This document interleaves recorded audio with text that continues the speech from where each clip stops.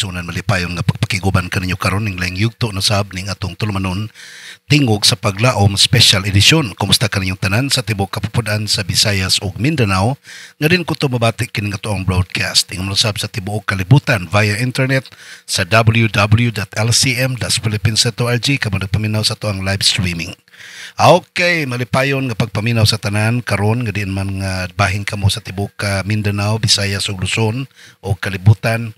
Happy Sabbath kaninyong tanan. Okay, ako ipibalo kaninyo mahigalang nga karong adlaw mao ang 10th Thanksgiving anniversary sa LCMBN at the same time tingog sa paglaom dinhi sa Digos City.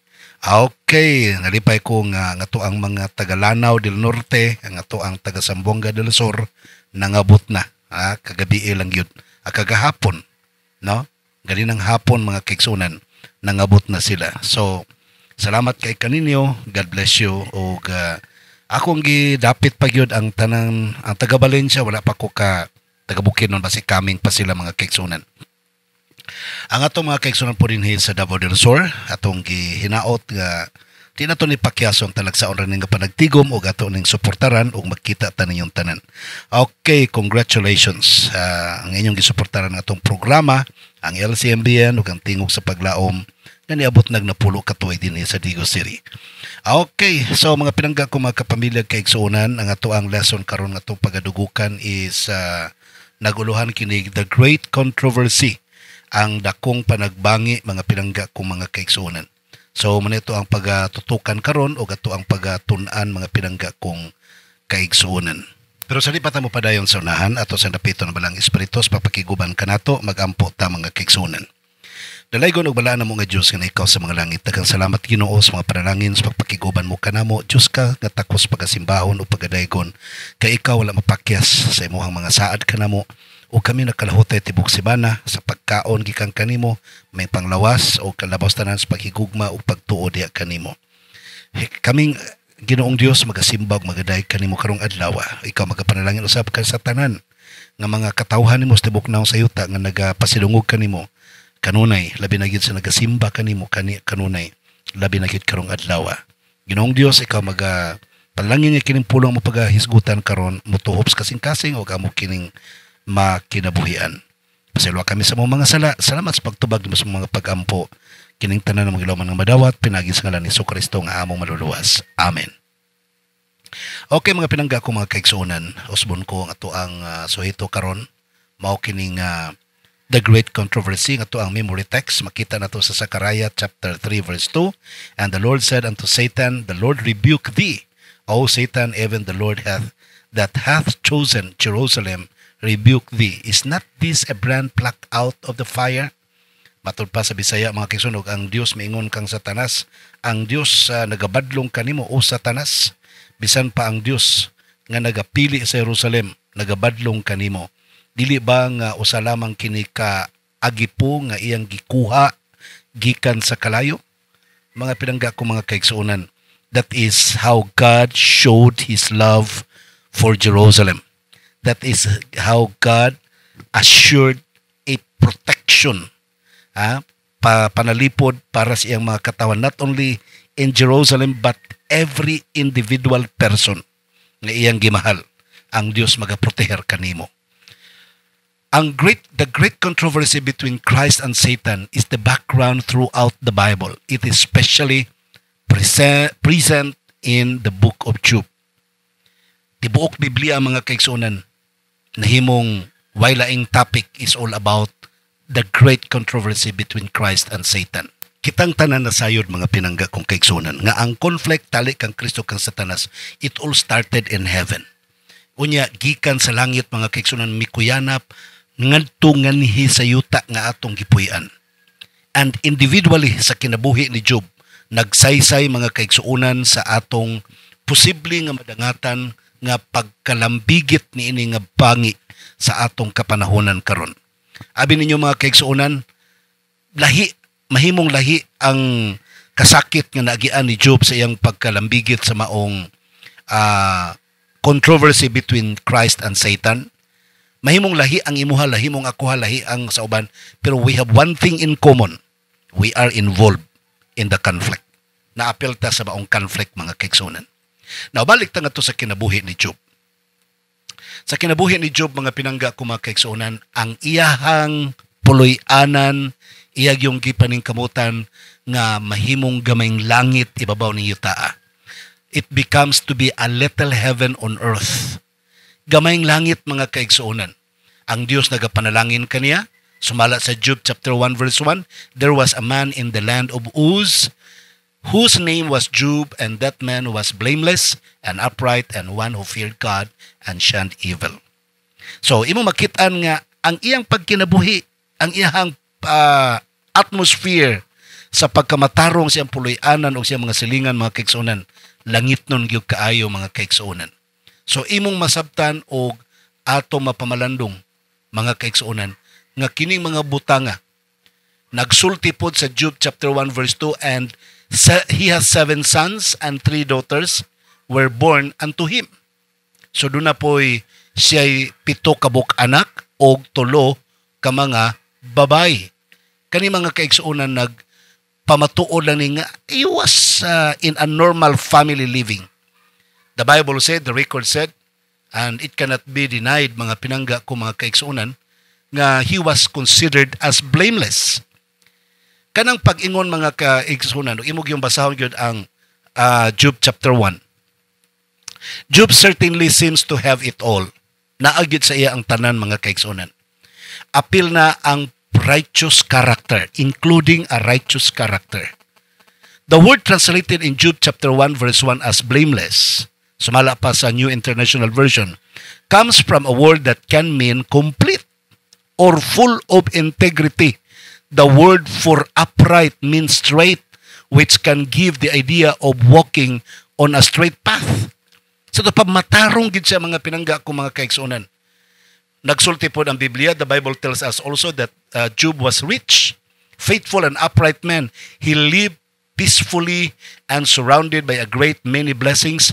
Nevertheless, Job was worried about the problem of sin. Did his children act properly while they were far from his influence? Ay mga kabataan, nangadtog mga lagyong dapit, nangadtog syudad or something like, nagiparte, something like. Si Job aduna siya mga kabalaka diana.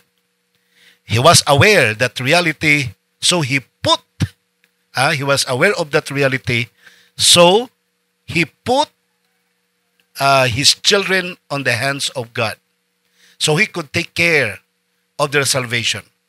The best relationship we could have with God on this earth doesn't make us totally free from the problem of sin. The tempter tries to make us fall, and we're also surrounded by the dangerous consequences of evil every day. Nasayod man gyud si Job nga kining kalibutan na apektado gyud sa gubat mga kaigsunan tali kang Kristo ni Satanas. Sa iyang kabalakang iyang mga anak nalayo kaniya, iyang gitugyan sa kamot sa Ginoo. So imong masabtan mga kaigsunan unsa sila kasuod og ang Ginoo. Pero ang kasuod nimo og sa Ginoo mga kaigsunan ni ining kalibutan na dili garantiya nga libre na ka gikan sa mga pagsulay. Wa na kay kulbaihinam nga badangat kanimo sa maong pagsulay. Buti pasabot mga higala, no one is exempted. Walay exempted nato ning kalibutan na mga kaigsunan. Sa Ellen G. White sa commentary sa SD Bible Commentary Volume 3 page 1140, amid the festivities of his sons and daughters, he trembled lest his children should displease God. As a faithful priest of the household, he offered sacrifices for them, even individually. He knew the offensive character of the sin, and the thought that his children might forget his divine claims lead him to God as an intercessor for their behalf. So, imo makitaan, imo masabtan. Nabalaka siya basig nakasala iyang mga anak o nangalimot, kanunay siyang nagapainomdom o nagaampo ngadto sa Ginoo, nagapataliwala sa Ginoo sa iyang mga anak. Inana siya kamaayong amahan mga pinangga kong mga kaigsunan. Nagpadayon ang controversy ni yuta. Job chapter 1 verse 6, now there was a great day when the sons of God came to present themselves before the Lord, and Satan also came among them. And the Lord said to Satan, "From where do you come?" So Satan answered the Lord and said, "From going to and fro on earth." So, sa diha ang mga tao, mga kaigsunan, manimba. Sa panahon ni Job, manimba sa tubangan sa Dios. Ang yawa mo apil po dito sa taliwa. Dili kay tingali kaniadto lang na mga kaigsunan. Gatuo ko nga hangtod karon. Kung manimba ta, ang yawa mo apil po na siya dito magdag. Mo akong sako lang ako alang ni ha. Tingali mo siya magsugod og tabi sa sulod sa iglesia. Tingali iyang huwapo-hapon ang mga tingkoy, tayop-tayhupon ang tingkoy sa mga naminaw para makaduka, makatulog. Tingali ang nagwali iyahang i-distort, i-distract para masimang og laing istorya. So ingon ana mga pinangga ko mga kaigsunan ang nahitabo. Ang punto dinhi mga kaigsuonan nang nagipresentar gyud sa Ginoo sa atubangan ni Satanas. Nakita nimo si Job, matinud-anon siya kanako. Maayo siya nga ako ang alagad. Kung si tubag ni Satanas mga kaigsunan, 1 versikulo 9. So Satan answered the Lord and said, "Does Job fear God for nothing?" Sa imong pagtuo, si Job mo alagad lang siya nimo kay bisag wala. Tungod kay gitagaan nimo grabing panalangin. Ingon dayon ang Ginoo. Okay, the Lord said to Satan, verse 12, "Behold, all that he has in your power is in your power. Only do not lay a hand on his person." So Satan went out from the presence of the Lord. Wow! Gitagaan na siya chance, mga pinangga ko siya di ay ha. Sige, sutoy din siya. Dubrag-dugay na gito siya gaplano ba nga. Sakag ako ning sulayan si Job, no? Kuhaan ako nis mga property, tanan yung mga anak, pamatyon, tanan-tanan kuhaon ako. Unsa kay mahitabo na mo, alagad pa ba ka ni? Katuog yung kung di na mo alagad. Pag ingon sige, no, go ahead. Agoy, ngoy ampay ni Satanas. Perti niya sotoy. Kamu nasayad sa istorya mga kaigsunan. Yung mga anak nangamatay, yung mga baka, tanan, nangawala, tanan, hanto si Job nagkagid. Kana lang, dalion na itong istorya mga kaigsunan, anang nahitabo. Dala ko'y punto nga gusto na itong sulbaron mga kaigsunan.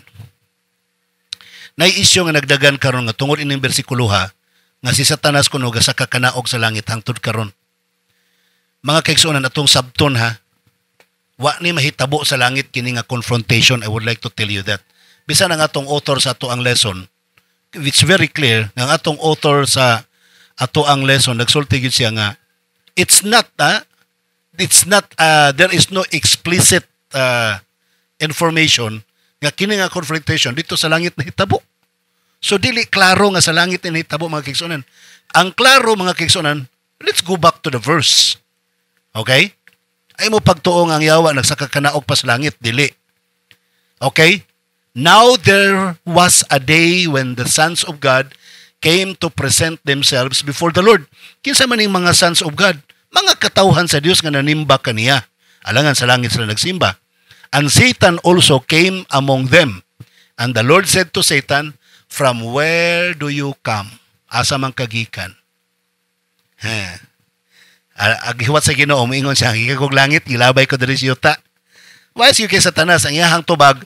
So Satan answered the Lord and said, "From going to and fro on earth." Asa siya naglakaw ngadto nganhi?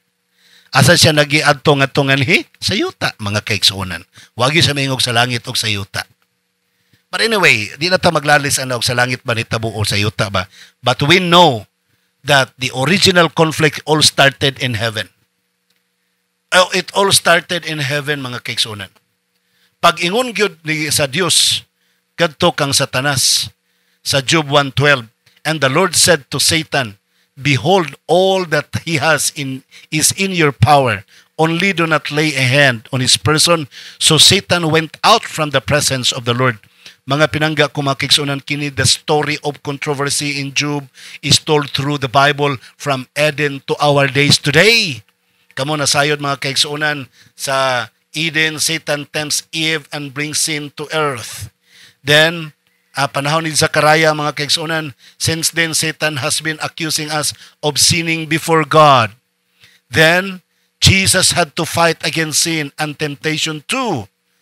Pinaagi dito siyang pagpuasa dito sa kamingawan. What else? Sin makes us slaves of the devil, but Jesus came to free us. Then Satan still tempts us or tempt us. He is constantly stalking to make us fall. Sige siya nagapaningkamot murag liyon nga nagangulob mga pinangga kung mga kaigsuonan. Nagapangita siya kinsa iyang matukob. And then finally, the good news is Satan hates God's people, remnant people, and he attacks them with great fury. Maunay na kanindot din na kaya irag yung kalabanon sa katapusan ang mga salin na lang yun sa kaliwat sa babae mga kaigsuonan. Kung ikaw salin sa kaliwat sa babae mga kaigsuonan, you will experience the life of Job. Imong ma-meet ang tanang klase sa trials and tribulations because you are a remnant of God. You keep the commandments of God and have the faith of Jesus Christ. So ato masabtan mga pinangga kung magkison, no one is exempted. Walay exempted nato nining tanan mga pinangga kung kaigsuonan. Kitang tanan muatubang ni ana nga mga kalisdanan. Now, Job as a microcosm. Kung sa may microcosm mga pinangga kung mga kaigsuonan, nagpalaban ta og dictionary mga kaigsuonan. Microcosm is a noun, a community or a place or situation regarded as encapsulating in a miniature the characteristic qualities or features of something much larger. Another is humankind regarding as the epitome of the universe. Si Job mga kaigsuonan, siya lang ang gisgutan. Siya lang ang gisgutan mga kaigsuonan. Ang conflict lang niya, tali kaniya og kang Satanas. Pero ang kinabuhi ni Job, ang drama nga nitabo siyang life mga kaigsuonan, nagrepresent sa kinatibuk ang unibersong nagakahitabo mga pinangga ko mga kaigsuonan. Buti pasabot siya lang ang gipakita sa record sa balaang kasulatan, pero ang iyang kinabuhi mga kaigsuonan, akong kinabuhi, imong kinabuhi, atong tanang kinabuhi mga kaigsuonan. Kitang tanan apil si Ginoong Hesus, apil ang mga manulunda sa langit, nakatagamtam, nakatilaw ni ana nga mga kalisdanan. Mabitaw ningon si Kristo nga ang ulipon dili labaw sa agalon. Kung ako giilang gilotos, kamupod. Kung ako ilahang gihulog sa gipagawa sa sinaguga, kamupod. Ako ila kong gikalaban, kamupod, anaon po mo. Ako ilang gichismis, ilang gilibak, kamupod, anaon po mo nila. So, mga kaigsuonan, no one is exempted. Everybody must experience. So, mauni ang buti pasabot sa itong author sa pag-ingon niyag microcosm.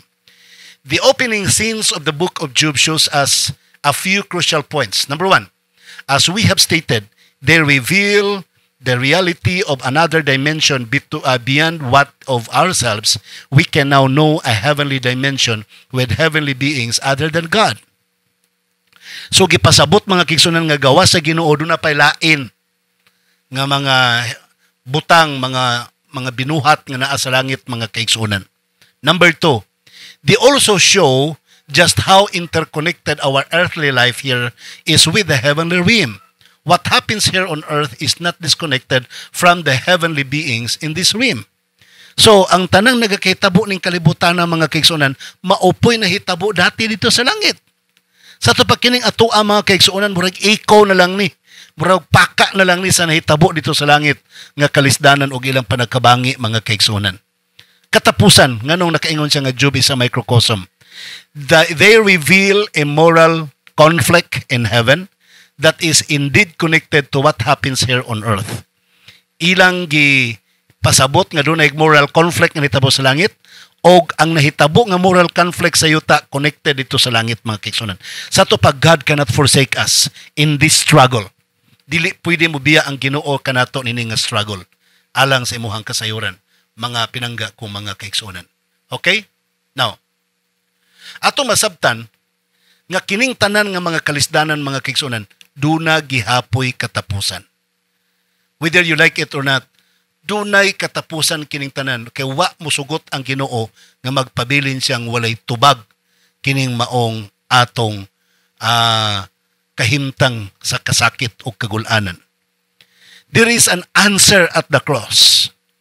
Sa Hebrews chapter 2 verse 14, inasmuch then as the children have partaken of flesh and blood, he himself likewise shared in the same, that through death he might destroy him who had the power of death, and that is the devil. So, si Kristo nagkikambit sa unod og dugo, aron iyang mapildi ang kamatayon mga kaigsuonan. Og ang dunay gahom sa kamatayon mao ang yawa.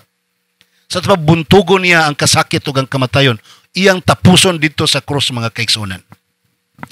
Atong analyson ang yawa ha. Satan visited God 2 times and damaged Job. Kaduha siya may bisita sa Dios ug iyang gilaglag, iyang gidaot si Job. Ang iyang mga anak, his children and his possessions. Then the devil didn't show up again. Igo lang niya gidamage, man biyaan niya. Why? Because Satan himself has no solution of every damage nga iyang pagabuhaton. Wala siya solusyon eh. From then on, God is the main character in Job. Satan only creates problems, and God is the only one that has definite solutions for them. Ang yawa doon na siya ipresentan nga kunuhay problem, solbad sa problem, pero ayaw kumpiyansa. Remember ha, ang yawa walay solbad sa problema. Mo nang doon na gani mo offer nga dinautan nga pamaagis pagsolbad sa problema, dili na solbad sa problema. Nagdugang kag problema. Na ay nakautang nimo og 50,000. Wa na mo bayad, hambugiro pagyud kay istanan. Para masolbad na po yawa mo dool nga. Nay hitman diha o, nay gunman diha o, 5,000 re bayad. Ipapusil, barato ra. Impas na tanan ba? Ganahan po ka di mo bayad kag 5,000, ipapusil po nimo, pastilan. It's not a solution. It's adding another problem. Nay problema ang iglesia, dili magkasinabtanay og ang Davao Mission o kahaang organization, i-hold ang tithes. Pastilan, it's not a solution. You are adding another problem, mga kaigsunan. So, ang yawa na gani may muhatag og pamaagi, mga kaigsunan, ayaw mo kalimutan, walay sulbad ang yawa sa problema nga iyang gihimo. Mag-create siya og problem, di siya kabalo mo sulbad. Naa siya ihatag nga sulbad, pero madugangan ang problema, mga kaigsunan. Tanawa ragod, ang sulbad para maundang ang pagwali sa mga balita sa LCM, gipanghulog, nagdugang og problema, mga pinangga ko, mga kaigsunan. The devil has no solution of the problem. I would like to tell you that. What he can do is only to, unsa man, what he can do is only to add more problem.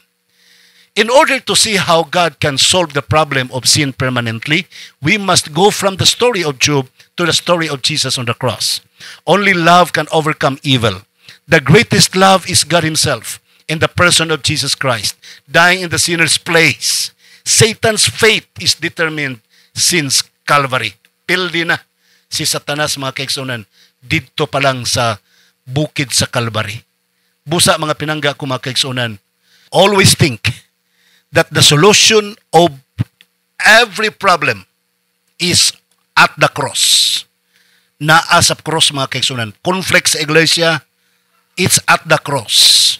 Si Kristo nagpaubos, ang gugma iyang gipadako, og nagpakamatay siya para sa atong mga sala. Problema sa tuang pagkamakasasala, kaluyahon, the solution, the answer is at the cross. Unsay conflict nato sa atong silingan, the solution is at the cross. Study what is the message on the cross. Unsay mensahe sa Calvary, mga kaigsunan, ato nang kuhaon ug atong i-aplikar, and that is the solution of our problem. Mao na solution sa atong problema. Dili madalag hari-hari, mga pinangga ko, mga kaigsunan. Di madag isog-isog nga mga pamaagi. Di ang problema solbarog pangdaot og isig kataw, dili na solbad, mga kaigsunan. That is the devil's strategy. The devil cannot solve the problem. He only adds problem. Sa katapusan, mga pinangga ko, mga kaigsuonan, niya dinhi, Jesus paid an infinite price to redeem the world, and the race was given unto his hands. They became his property. He sacrificed his honor, his riches, and his glorious home in the royal courts, and became the son of Joseph and Mary. Christ entered the field of heaven's behalf to conquer Satan for him because he saw that man could not overcome on his own account. Christ prepared the way for the ransom of man by his own life of suffering, self-denial and self-sacrifice. By his humiliation and final death, he brought help to man that he might, by following Christ's example, overcome on his own account as Christ has overcome for him. But pasabot mga kaigsuonan, gibayran ni Kristo walay katapusang bili sa pagluwas niya sa kalibutan. Ang tanang kaliwatan mga kaigsuonaa sa iyang mga kamot. Tungod kay nahimo kitang tanan nga propiedad ni Kristo, nagsakripisyo siya para kanato mga kaigsuonan. Ang iyahang dungog, ang iyang kadato, ang iyang himaya, nahimong puy-anan o dangpanan kanatong tanan. Si Kristo mga kaigsuonan misulod sa natad sa tawhanong katungod, aron iyang dag-on si Satanas. Kay pinaagi kaniya mga kaigsuonan mabatnan usab nato ang kadaugan. Nakita niya nga dili kaya sa tao. Busa si Kristo nag-andam og dalan para nag-andam og pamaagi para malukat niya ang tao gikan sa dautan ngadto siyang kinabuhing kaugalingong kinabuhi. Iyang gigamit ang pag-antos, ang pagdumili sa kaugalingon, ang sakripisyo. Iyang gigamit kining tanan, ang pagpaubos sa katapusan, ang pagpakamatay para masulbad ang problema. Iyang gidala ang tabang ngadto sa tao aron ang tao mga kaigsuonan magasunod sa ihimplo nga gipakita ni Kristo sa pagdaog ug pagsulbad sa problema, sa aron makitang tanan makabaton sa iyahang bili. Ug si Kristo mga kaigsuonan nagdaog para kanato. I would like to tell you, ang Ginoo magauban, magapanalangin kanato samtang kita magapadayon sa pagsunod kang Ginoong Hesus. Mahigalawa na kita panas pakiguban kani mga kulay pinumdum kaninyo pag-usab nga karong adlaw ni ata sa Digos City alang sa tuang 10th Thanksgiving anniversary nga pagahimuon dinhi gyud sa Digos City Gym. So gidapit na ko ang tanan, magganayan ta, magtapok ta ninyong tanan atong dugukan ang Growing in Christ. Kauban sa mga mag-alawit, ang Afterglow Sound, kauban nato mga pinangga ko mga kaigsuonan. So magkita-kita ta ninyong tanan, ang Ginoo magapanalangin kanimo kanato. Okay, wa na gitay panahon sa pakiguban kanimo sa ngalan lamang kanimo nga akong kapamilya o kang Jesus Christ nga to ang great provider. Ako sab ang inyong kapamilya nimong ulipon sa pagwali sa mga balita, Pastor Israel Villaver the First. Magaingon kanimo malipayong adlaw igpapahulay.